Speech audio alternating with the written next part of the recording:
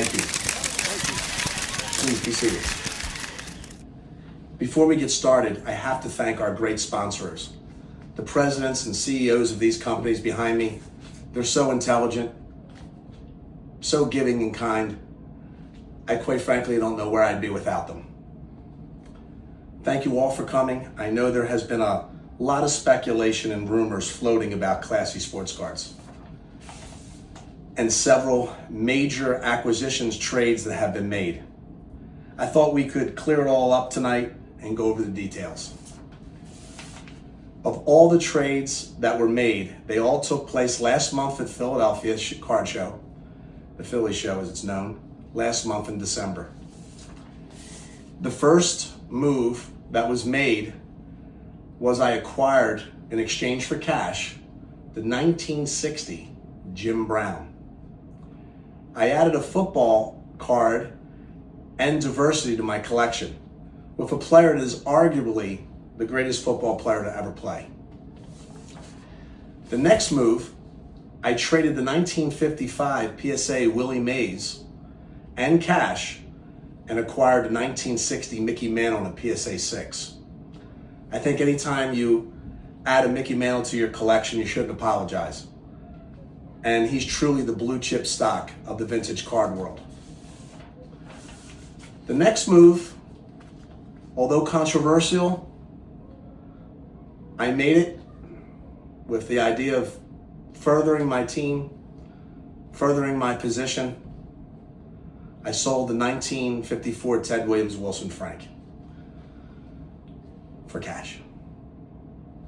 The last move that was made was I traded the 1951 Bowman Ted Williams in a PSA 7 and the 1956 second year Sandy Koufax in a PSA 6 and some cash for the Roberto Clemente rookie 1955 and an SGC 6. It's absolutely gorgeous.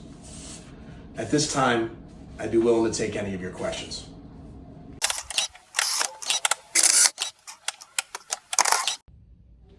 You in the back.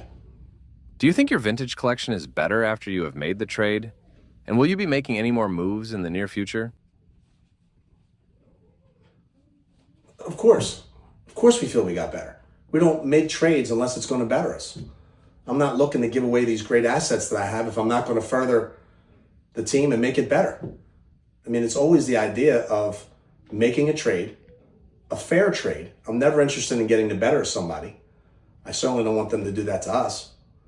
And walk away feeling that the team got better, that Classy Sports Cards got better as a result.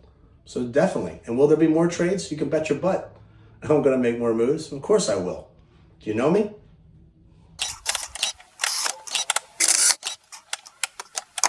You miss in the back. Give her a turn. Go ahead. Does it hurt you having given up what you did, especially the 2 Ted Williams cards? Of course.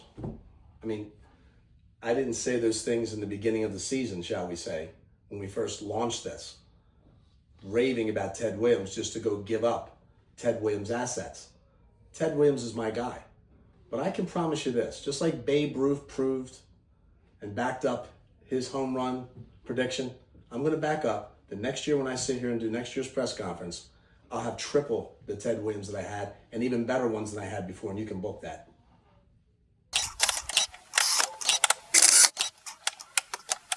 Guy in the Yankees hat. Go ahead. You've been waiting. Go ahead.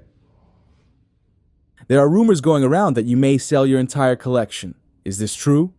We all know you have been eccentric in the past with your decisions.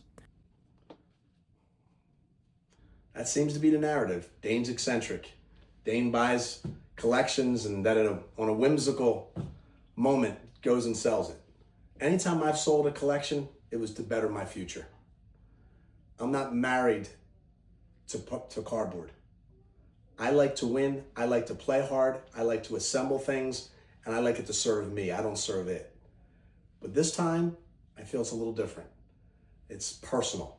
I want to show people that I can put together a winning collection and carry out what I said I was going to do at the beginning of the year, and I think I'm on the pathway to do that. Just take a look at the cards I've assembled in the last several months. You tell me. Eccentric. Eccentric? please.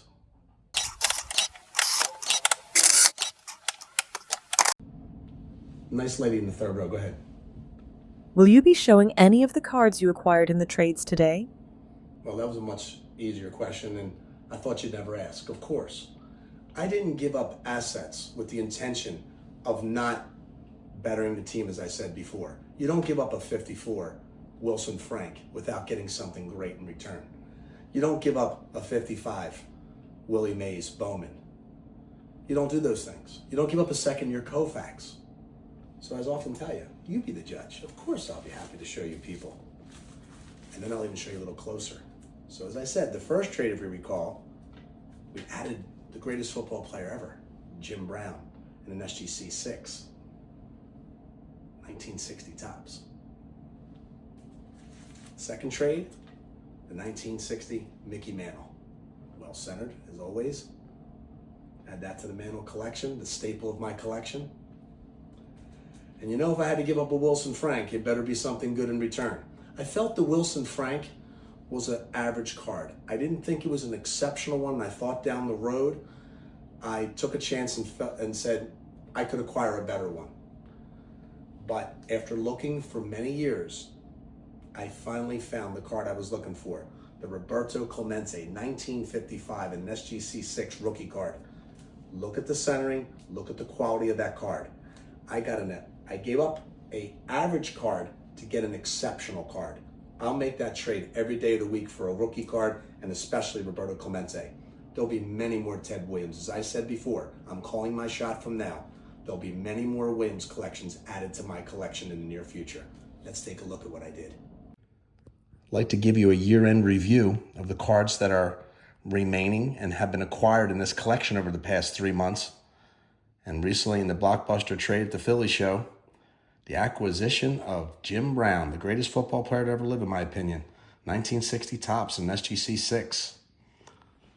I hate to get rid of that second-year Koufax in 1956, but I'm still pleased to be owning this rookie, and I don't ever think I'll ever move it.